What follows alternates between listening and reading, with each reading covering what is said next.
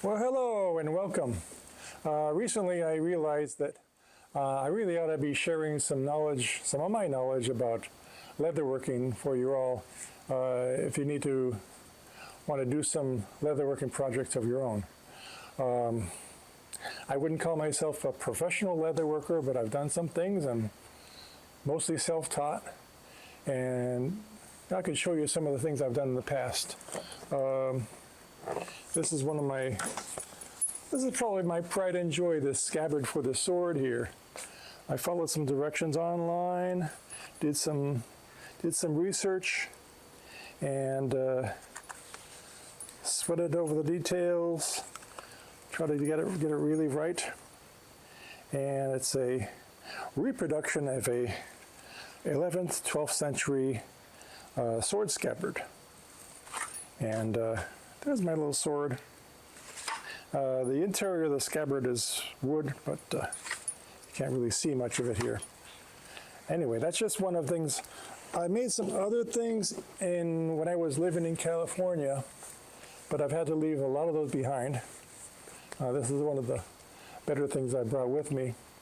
What else do I have? Oh yeah, here, this probably will show up well. Yeah, this little belt pouch.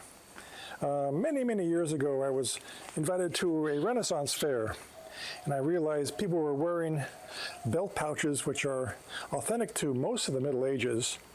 In fact, we think they may go all the way back to the Viking Age and forward to the Viking Age, or forward to the Renaissance, the Elizabethan Shakespearean era.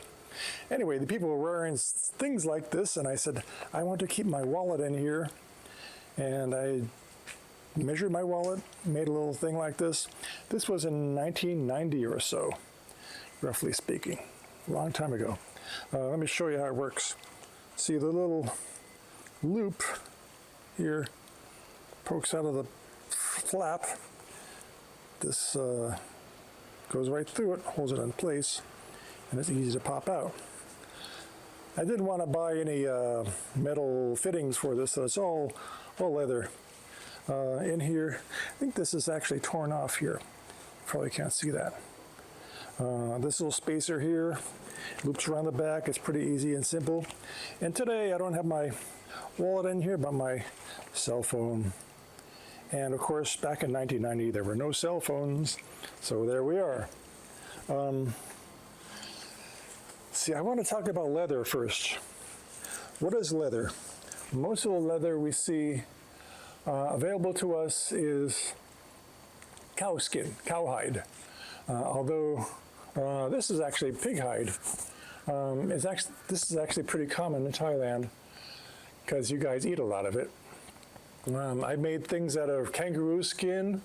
Sometimes you get crocodile and funny things like that, but mostly cowhide. I'll show you how it works. Let's see if I've got an example here. Oh, back to the belt. Might as well take this off. We can see how this pouch is actually connected. There's two little flaps there. Back in the day, they used to put a dagger mounted on the belt back here, right?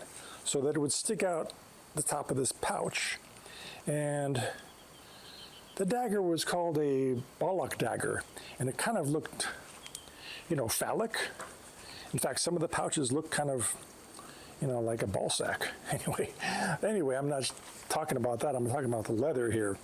This is this is what I would call full grain leather. It's thick and it's kind of stiff. The stiffness depends on what kind of tanning method they use. Anyway, the thickness here is important because this is how real leather is created. Sometimes it's even thicker than that, depending on which part of the animal. But now I'll go back and show you something else here. Here, they'll split the hide in half so that this would be the bottom and this would be the top, like that. See, like that. Except this is cowhide and this is pig hide. That wouldn't actually work that way. No, but I'm just showing you how it works. So that would actually be a full hide, and I split it in half so that the top grain leather is rough on one side and smooth on the other. So it's kind of glossy too. That depends on what kind of treatment process they give to it too. This is useful for a lot of things. The belt pouch I made was from top grain leather. And so this is bottom grain leather, also called suede. And sometimes it's thicker than this, but this is rough on one side and also rough on the other side. And that's what my jerkin is made out of. This is pigskin. It's kind of thin and it's not very strong, but it's light and flexible. Got it? So that's two different kinds of leather. Sometimes you'll actually see rawhide, which is skin which is taken off the cow, cleaned up, dried, and not tanned. So it's kind of stiff, like plastic or something like that. I don't have any here, and I think it's pretty rare here in this area. Sometimes it's used for drum skins, making drums, right? So that's leather. We're going to look at a couple of projects we can do today, and just to introduce you to the concepts. Okay, I've made a habit of using a lap board. This is a board. I made it out of 2 pieces of plywood glued together, but anything this thick and wide can be used. I thought this may be a authentic method of, I don't know where I heard about it. There's a guy, Mark Carlson, who had a extensive website about historical leatherworking, and I thought that I learned from him. But I looked back recently and he says nothing about this, the lapboard. Maybe I invented it, maybe somebody else has been using it. But the idea is you're doing, I don't know, you're doing some leather work on your project here. Boom, boom, boom. And your center of gravity is really close to the work you're doing. You don't have to lean over a table or anything like that. It's very ergonomic. So this is what I normally use for leather crafting. I'm going to show you some tools, and we're going to go over how to use them and some workarounds for that. Okay, just to get started with stuff, imagine I'm working with this piece of leather here, doing whatever.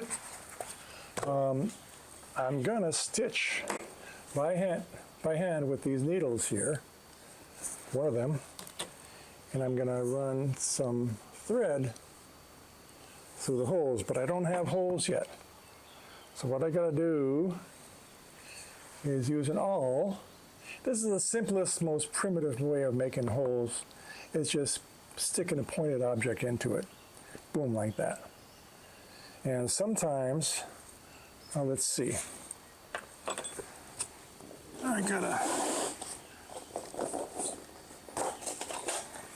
Sometimes I'll have to hammer it. So this one, I'm just going to go boom. And there's the hole. Move it over. Boom, next hole.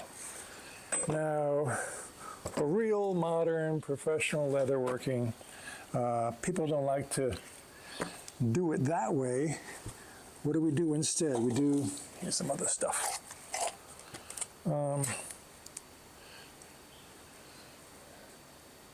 Probably see that. Let me bring it up to the camera. So this is going to be for marking holes in a row equally spaced. Now you're making holes in a row in a straight line. What do? Here, I'll show you.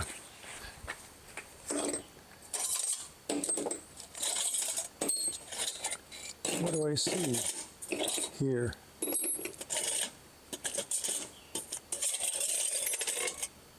Here. Okay. Yeah, my wife does leather working too. She has a lot of stuff that I don't usually use. Okay, these are like 2 holes to make sure they're spaced evenly, but it can still go around the corner of something that you're making. There's a variety of different punches for these. This is my preference. See, these are like, let's see that. Probably like that. I don't know if that shows up or not. Anyway, it creates 2 little slits that are sort of angled so that there's not much leather, so that there's enough leather between each stitch so they don't pull out. That's all there is to that.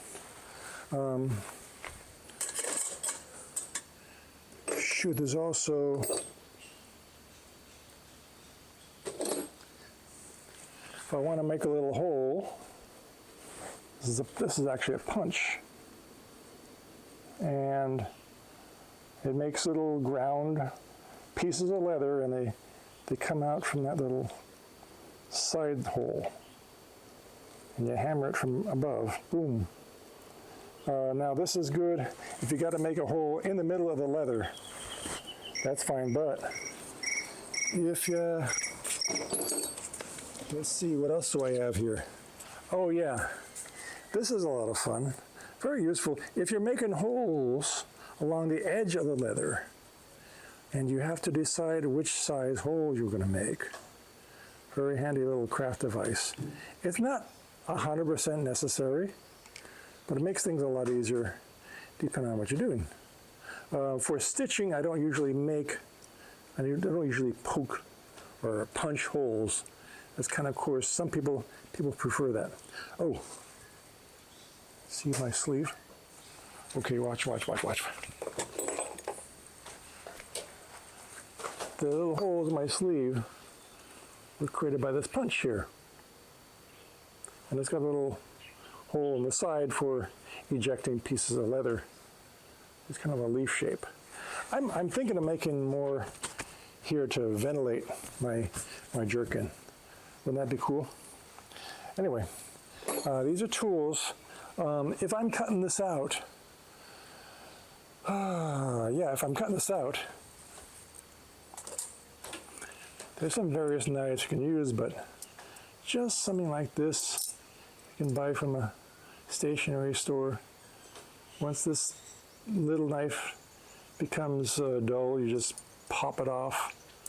In fact, there's usually a thing for breaking that and bringing out the next piece of leather, piece of blade for your use. That's the most accurate thing for carving.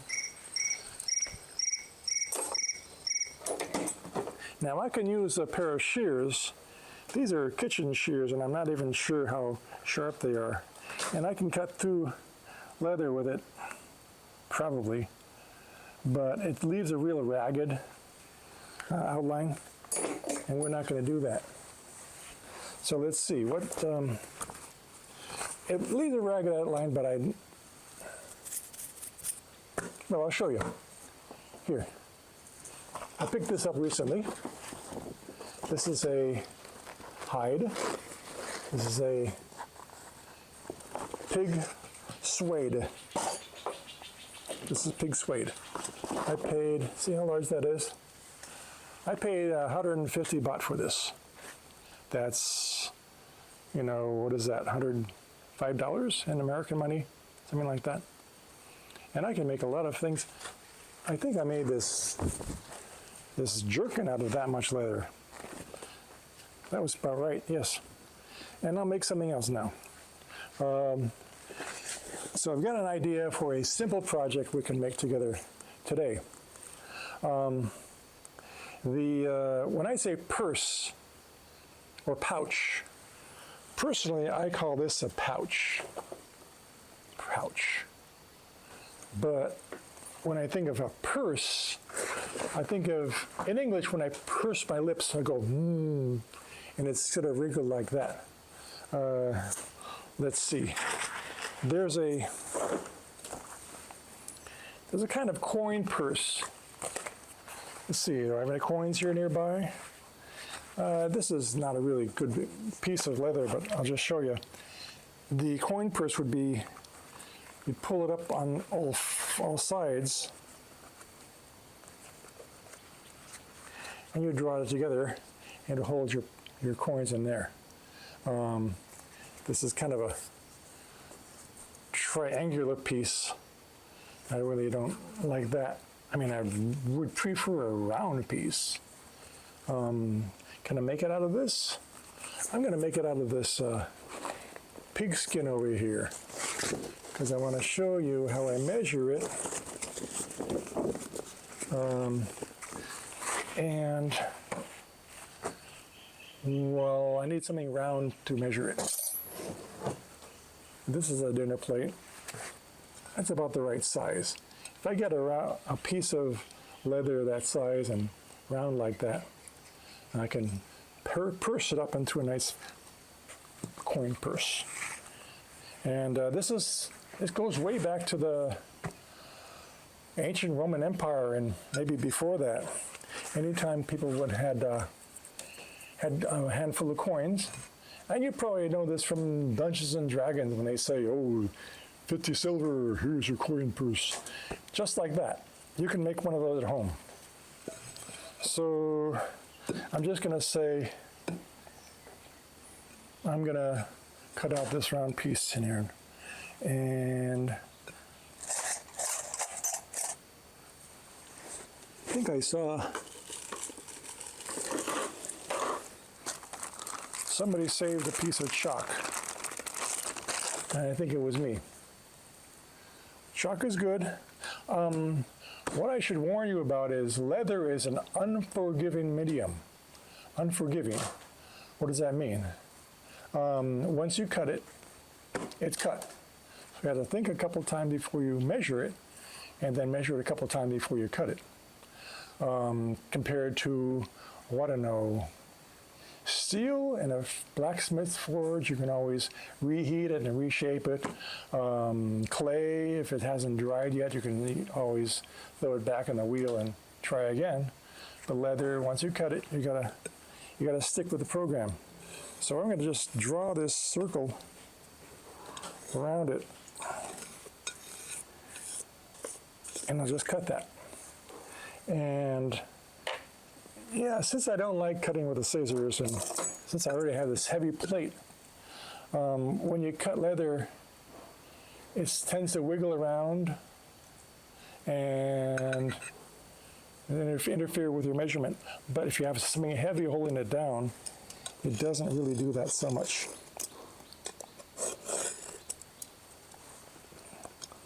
Just being careful to get a good measurement here. Of course, it's going to be pursed up, and nobody will notice if you didn't measure it or cut it perfectly. This is what makes it a good beginning project. And I'm making sure I've cut all the way through this leather before I remove the plate.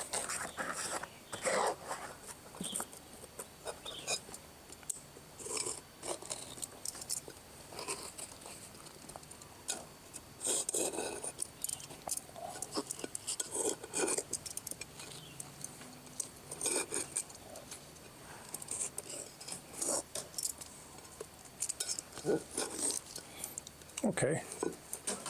Does that look okay? Wait. And this is for another project. Save that. Okay, here's the dinner plate. We're done with that. Put it back in the kitchen. And here's our round piece of suede leather. Now, I think I'm going to discover some coins and come right back. Okay, I've just stolen some funds from my children's college fund and some thong. I'll need that later. So here's a handful of silver. Get back to the lap board here.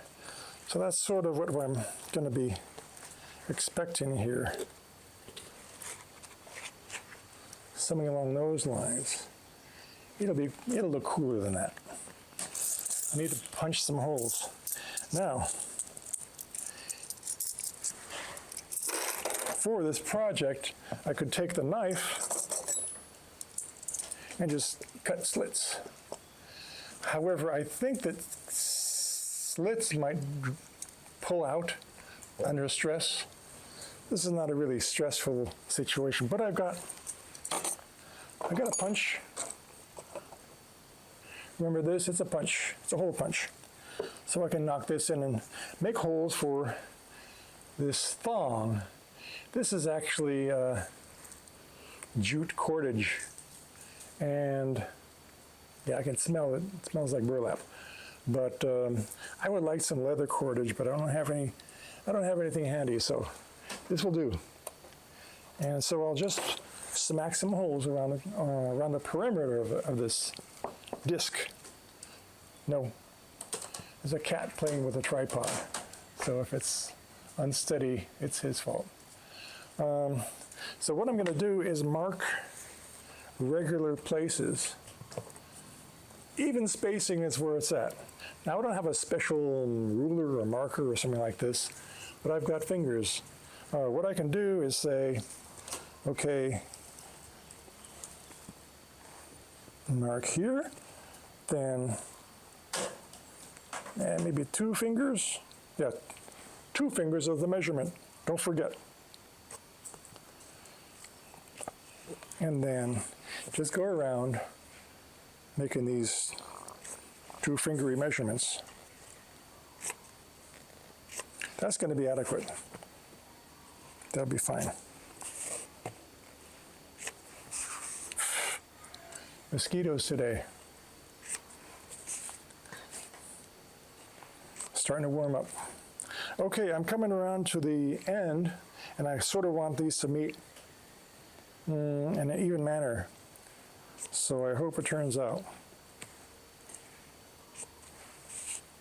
Almost there. You got one more, and that's good. And also, how close to the edge of the leather do I want to make it? I'm going to need to make a mark. Let's say that's 1 finger width. Yeah, that looks good. So all the way around, I'll mark 1 finger width. Different hand. I assume they're the same width. So here we go. And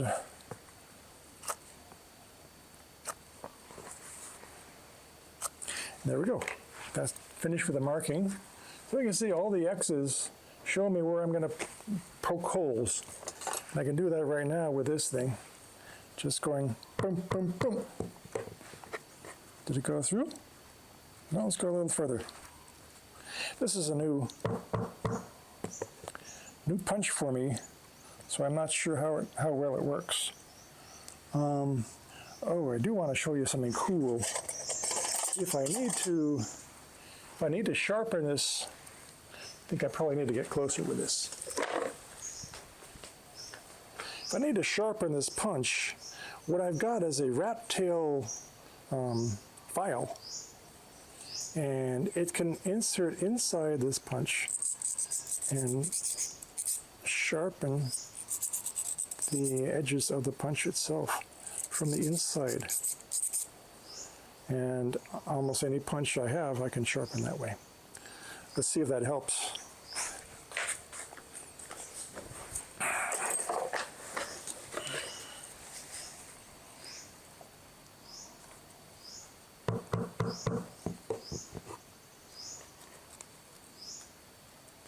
Yeah, it's not going through. That's not really where I want to be with that. That may be my only decent punch.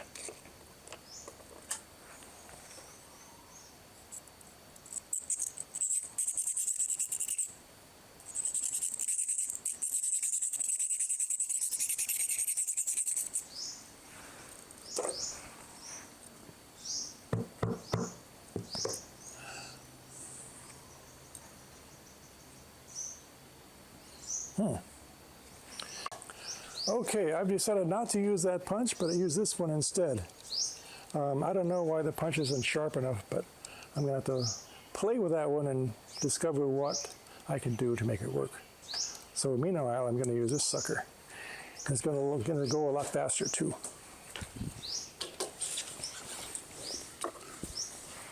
So fortunately, the holes I've chosen are pretty close to the edge.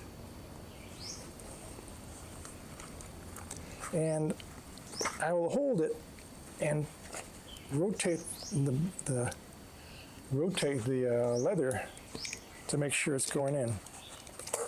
And each hole I got to confirm with an awl. Make sure it's going. All right, I got one more hole to punch here, and then I'll actually be able to use it as a coin purse.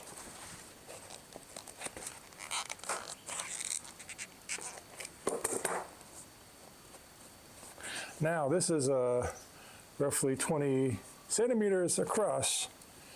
So pi is 10 times, the radius is 10 centimeters, and times pi is this length. So I can run this cord through the holes in the leather. And of course, I'm going to put the side that I marked with chalk on the inside so nobody sees it. None shall be wiser.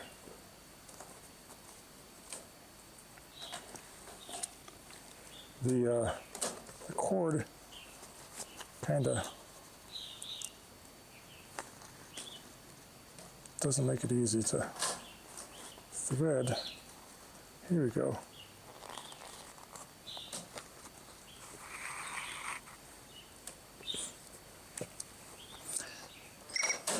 My wife likes to talk about doing simple tasks like this. So see, I'm just going in and out, in and out, in and out. There's other ways to do that, I'm sure, but this is the one I'm thinking of. My wife talks about doing simple tasks like this, and you're using your hands, but your mind is mostly thinking of other things. And that's what's pleasant about it. It's relaxing to get away from complicated life. Making something that's useful, and at least unique, if not useful. Maybe both. If you're lucky, both.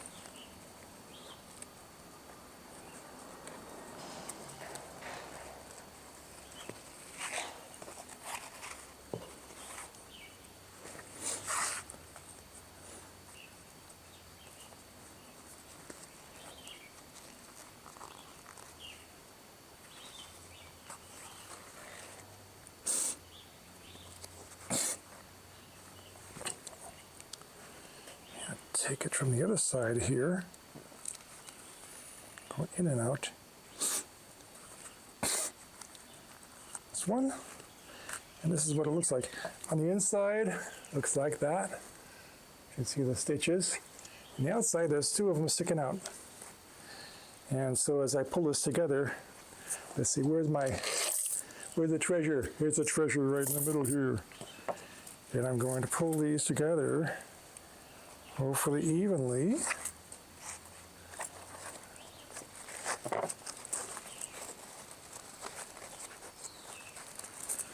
All right, I got a little coin purse here. I can wind the extra cordage around here, secure it in any way I want it. And you're a character from a, I don't know, fantasy movie, D&D novel, and say, hey, here we go, here's your silver right here. Or you can hang it from your belt, whatever you like. You can make a bigger one for more gold or whatever you have there. That's a good beginner project. Get you comfortable and familiar with doing things with leather. I got some more projects in line for you ahead, and I just want to introduce you to making things with leather. Anything your mind can conceive and research, you do. So I think you enjoyed. I hope you enjoy this, and thank you for watching.